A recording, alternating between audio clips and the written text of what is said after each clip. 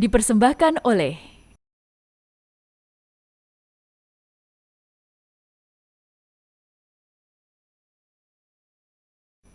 didukung oleh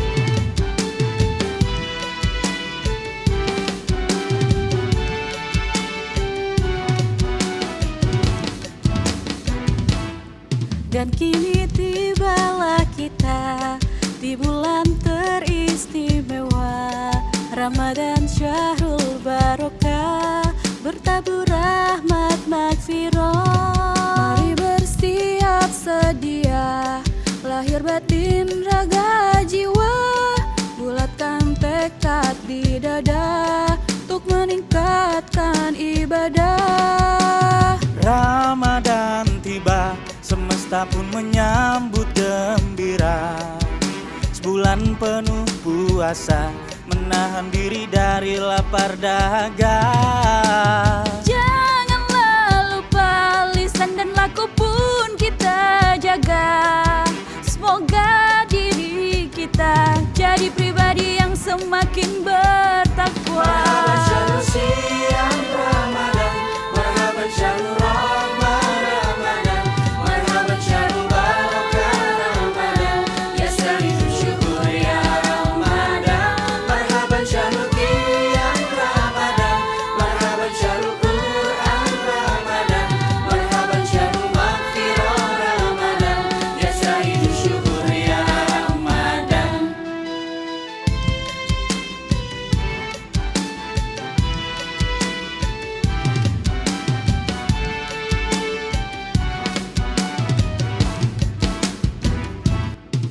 Di bulan mulia, TVmu hadir menyapa Anda dengan syiar dakwah, berkemajuan mencerahkan semesta.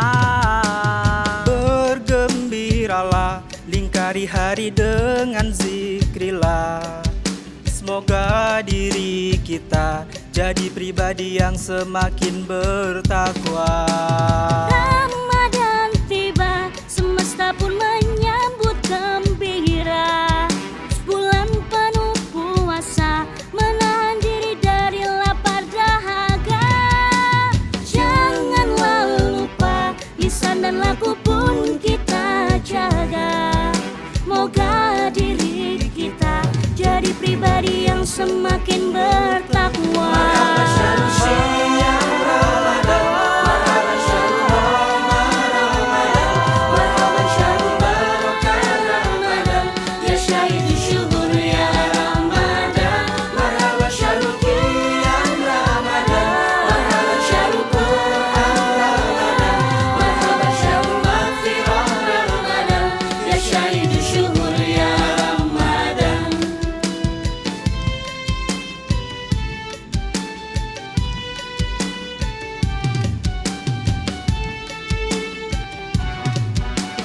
Marhaban ya Ramadan.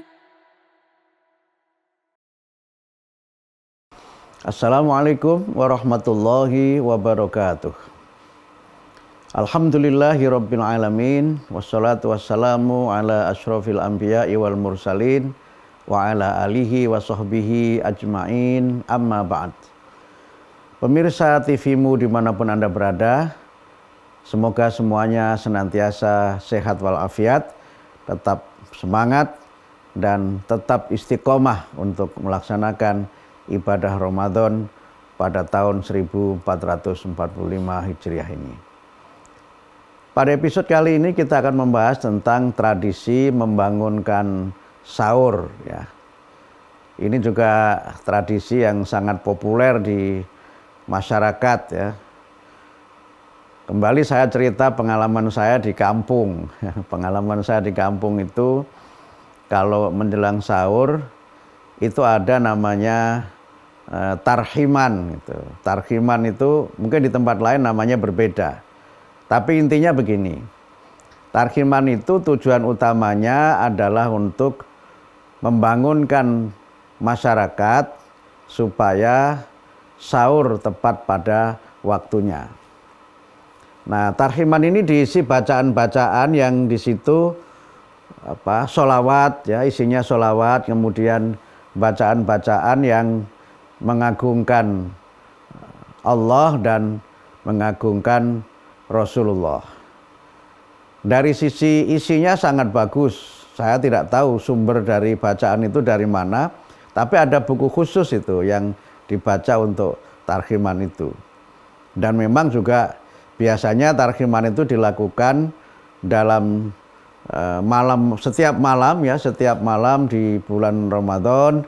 Biasanya dimulai sekitar jam 2:30 gitu, atau bahkan sebagian jam 2 sudah mulai sampai jam 4. Emang panjang sekali di dalam bacaannya itu, sehingga yang membaca tarhim itu juga biasanya antara 3 sampai 4 orang gitu, dan tidak semua orang bisa melakukannya. Karena pembacaan sholawat itu, pembacaan tarhim itu memang harus dilakukan oleh mereka yang punya kemampuan qiraah, biasanya kemampuan membaca Al-Quran dengan nada-nada yang dilakukan itu, atau sering disebut dengan mujawad ya, dengan mujawad. Nah, isinya sebagian juga tentang hadis-hadis yang menceritakan tentang keutamaan dari sahur sebagai salah satu ibadah sunnah di bulan Ramadan. Nah, di daerah-daerah tertentu itu biasanya tradisi membangunkan sahur itu juga disertai dengan memukul beduk. Nah, memukul beduk. Jadi ada suara speaker yang membacakan tarhim, ada juga memukul beduk. Jadi suasana malamnya memang nyaris tanpa istirahat kalau di bulan Ramadan itu. Kalau tadi sebelumnya kita bahas tentang tadarus yang sampai malam istirahat sebentar, kemudian nyambung lagi dengan tarhim. Wah, itu juga memang sangat rame ya suasana di masjid itu. Dan karena itu maka yang memukul beduk juga saling bergantian. Biasanya mukul beduk itu 2 orang gitu, dari 2 arah yang berhadapan-hadapan. Jadi yang satu memukul dengan nada tertentu, yang satu memukul dengan nada bagaimana, sehingga suaranya itu terdengar menjadi sangat khas ya dengan pukulan beduk itu. Nah, di tempat lain ketika saya mulai tinggal di Jakarta, mungkin lebih tepatnya di daerah ya Tangerang Selatan begitu, itu juga ramai sekali kalau malam itu kan, anak-anak muda itu sambil jalan memukul beduk itu sambil mengucap sahur keliling. Awal-awalnya saya kaget betul dan merasa sangat terganggu juga gitu, karena ini lebih noisy ya, lebih gaduh dibandingkan dengan tarhiman yang ada di kampung saya itu. Mereka keliling memukul berbagai macam tetabuhan, kemudian kadang-kadang juga menyeret kaleng gitu. Yang intinya supaya semua orang itu bangun gitu. Tapi yang terjadi justru orang memang bangun, tetapi bangunnya kadang-kadang dengan ngomel-ngomel. Bangunnya kadang-kadang dengan marah-marah, ini anak nggak tahu diri dan sebagainya. Memang kadang-kadang beda-beda tipis itu antara semangat membangunkan orang sahur dengan mereka itu ya bermain-main begitu, bermain-main. Bahkan mungkin sebagian ada yang mengatakan itu sebagai satu bentuk dalam tanda petik ya, kenakalan gitu. Kenakalan cara anak muda gitu. Tapi seiring dengan waktu akhir-akhir ini mulai sudah sangat berkurang. Sangat berkurangnya karena ada 2 kemungkinan. Ya, kemungkinan yang pertama itu memang sudah muncul pemahaman baru bahwa membangunkan sahur itu tidak perlu harus dengan cara yang seperti itu. Ada cara lain yang lebih baik, ada cara lain yang lebih tepat, sehingga masyarakat memang bisa tetap bangun di waktu sahur dan kemudian tetap merasakan ketenangan selama mereka itu beristirahat. Nah, kemungkinan yang kedua juga memang sudah banyak anak-anak muda yang tidak lagi melakukan itu karena sudah ada aktivitas lain. Malah di beberapa tempat di kota aktivitasnya itu memang niatnya baik ya, membagi-bagi makanan untuk sahur gitu, yang populer dengan istilah sahur on the road. Nah, sahur on the road ini biasanya adanya di kota-kota, di Jakarta dan sebagainya. Tetapi kadang-kadang mereka ini memang membagi-bagi makanan untuk sahur, tapi dengan cara naik motor yang menimbulkan kebisingan, tidak pakai helm, tidak tertib berlalu lintas dan sebagainya. Sehingga di beberapa tempat termasuk di Jakarta itu praktek seperti ini juga mulai dilarang oleh aparatur keamanan karena memang ya sangat berisiko, menimbulkan kecelakaan lalu lintas dan juga ketidaknyamanan bagi masyarakat. Tapi atas namanya membangunkan masyarakat untuk sahur, sehingga istilahnya sahur on the road. Ya, memang di Jakarta misalnya banyak masyarakat yang secara ekonomi tidak beruntung, mereka tidak memiliki persediaan makanan yang baik ya, untuk mereka itu sahur gitu. Sehingga semangatnya adalah memberi makanan untuk masyarakat yang berpuasa supaya dapat makan sahur gitu kan. Ini niatnya niat yang baik, tapi kadang-kadang prakteknya yang tidak baik membuat orang tidak nyaman. Nah, karena itu maka kita akan mencoba mendalami dari mana sih tradisi membangunkan sahur itu. Apa referensinya sehingga masyarakat kemudian memiliki tradisi membangunkan sahur itu dengan berbagai ekspresi budaya yang sangat dinamis dari masa ke masa. Penjelasan lebih lengkapnya kita bahas pada segmen yang kedua.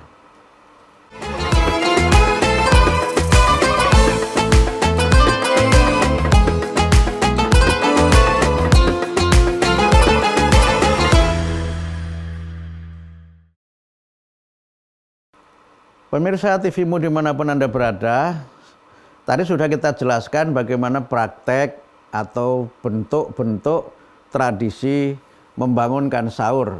Dari mulai kampung saya di Kudus, kemudian di tempat saya tinggal sekarang di Tangerang Selatan, dan beberapa praktek yang sering kita lihat di kalangan anak-anak muda di berbagai kota dengan sahur on the road itu. Nah, akarnya sebenarnya dimulai dari hadis Nabi. Hadis Nabi itu berbunyi tasaharu fa inna fis sahuri barokah gitu. Makan sahurlah kamu karena sesungguhnya di dalam makan sahur itu terdapat berkah, terdapat barokah gitu. Pada hadis lain juga disebutkan tasaharu fa innahu min sunanil mursalin gitu. Makan sahurlah kamu karena sesungguhnya itu merupakan sebagian dari sunnah-sunnah para rasul. Nah, hadis ini memang sangat populer. Bahkan kalau tadi saya cerita di bagian pertama, di segmen pertama tentang bacaan tarhim itu salah satu yang dibaca adalah dua hadis tadi itu.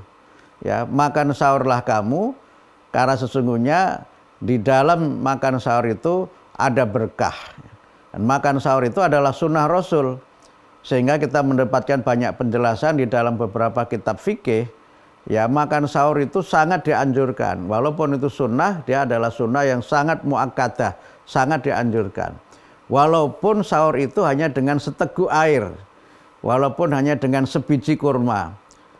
Kenapa seperti itu? Karena itu menjadi bagian yang memiliki paling tidak 2 atau 3 makna penting kaitannya dengan ibadah puasa kita.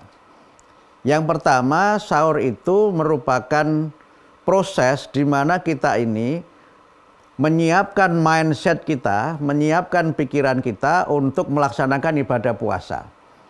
Jadi kita sudah meniatkan untuk berpuasa. Walaupun tidak harus mengucapkan sebagaimana yang sering kita dengar ya, nawaitu shauma ghadin itu, saya niat berpuasa besok pagi. Begitu orang makan sahur itu dia sudah menata dirinya, menata mentalnya, menata pikirannya bahwa besok saya akan berpuasa.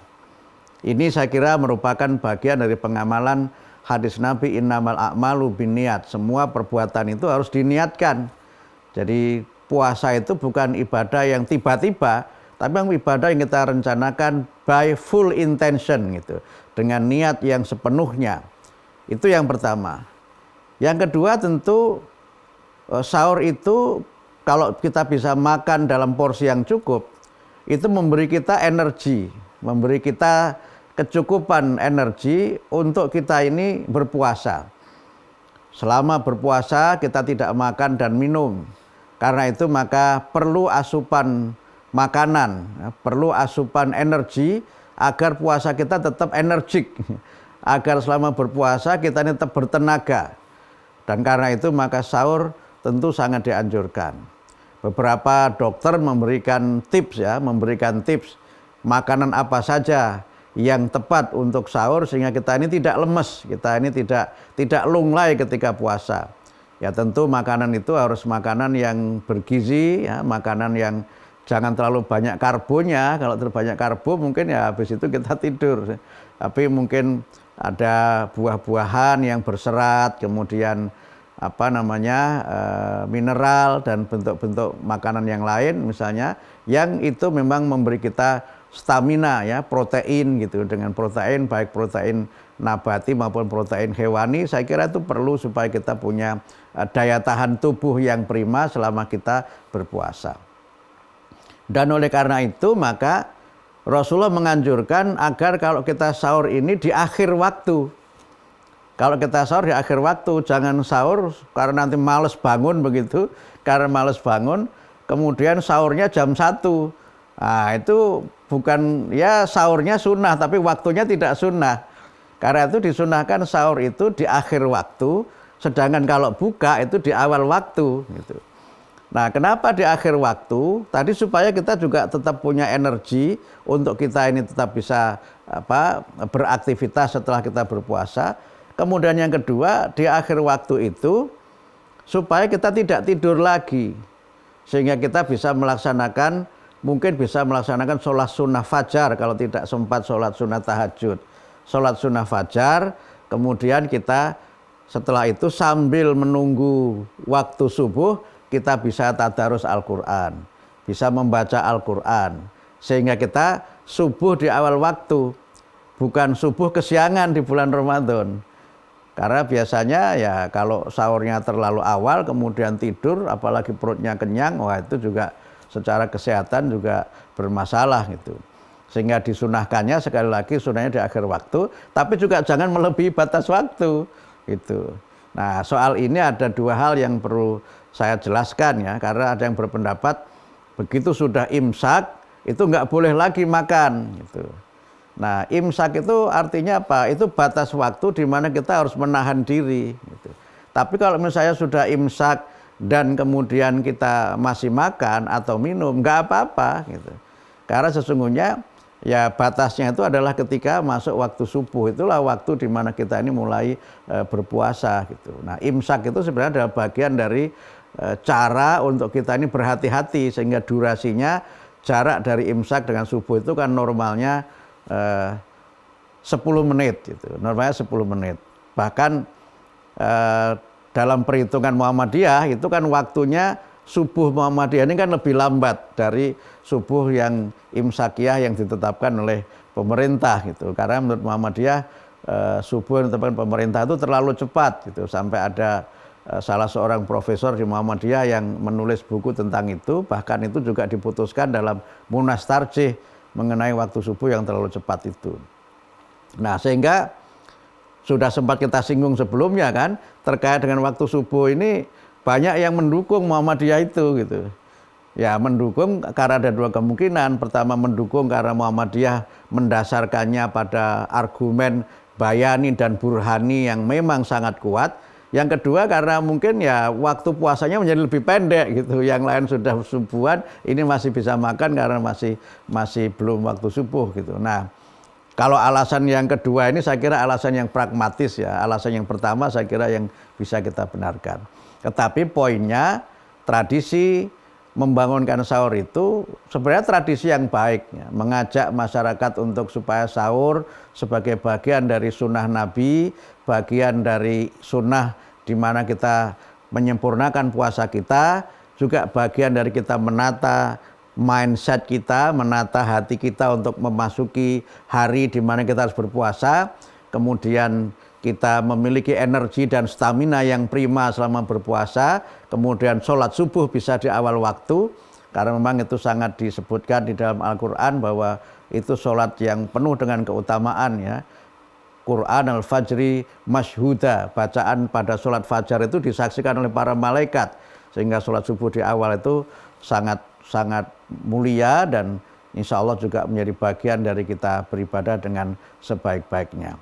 Karena itu maka tradisi membangunkan sahur boleh-boleh saja dilakukan, tapi tentu harus dengan cara-cara yang tidak menimbulkan kegaduhan, dengan cara-cara yang tetap penuh dengan kesopanan, karena kita tentu harus menunjukkan bahwa dengan berislam kita ini bisa membangun suasana kehidupan yang tenang, suasana kehidupan yang semua orang merasa nyaman bersama-sama dengan kita umat Islam, dan kemudian kita tetap mengamalkan ajaran agama Islam, memahami bahwa semua yang kita laksanakan termasuk tradisi-tradisi itu sebenarnya memiliki akar-akar di dalam ajaran agama Islam, walaupun ekspresinya tentu harus ekspresi yang kreatif dan ekspresi yang mencerminkan Islam sebagai agama yang berkemajuan. Nasrun minallah wa fathun qarib wa basyiril mu'minin. Wassalamualaikum warahmatullahi wabarakatuh.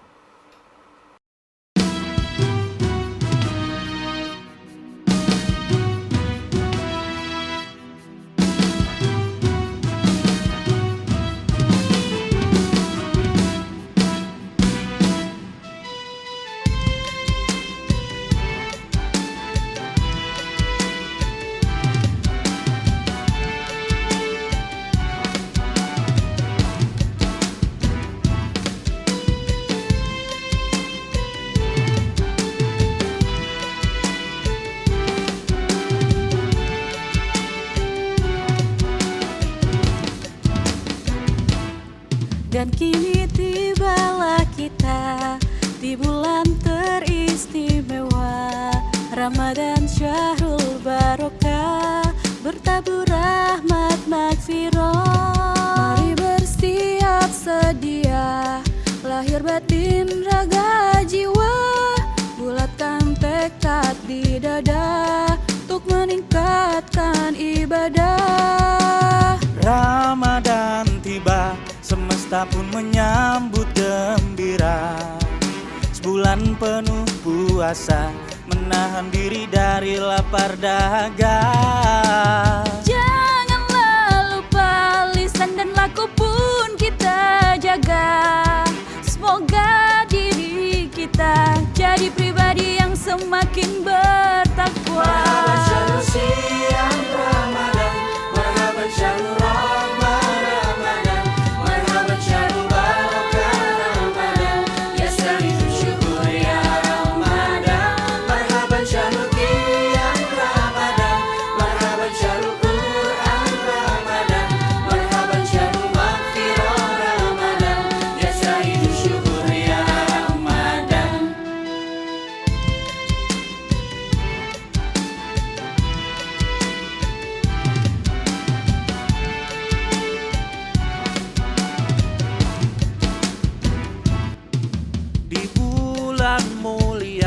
TV-mu hadir menyapa Anda dengan syiar dakwah berkemajuan mencerahkan semesta. Bergembiralah, lingkari hari dengan zikrillah. Semoga diri kita jadi pribadi yang semakin bertakwa. Ramadan tiba, semesta pun menyambut gembira. Sebulan penuh puasa, menahan diri dari lapar dahaga. Janganlah lupa, lisan dan laku pun kita jaga. Moga diri kita jadi pribadi yang semakin bertakwa.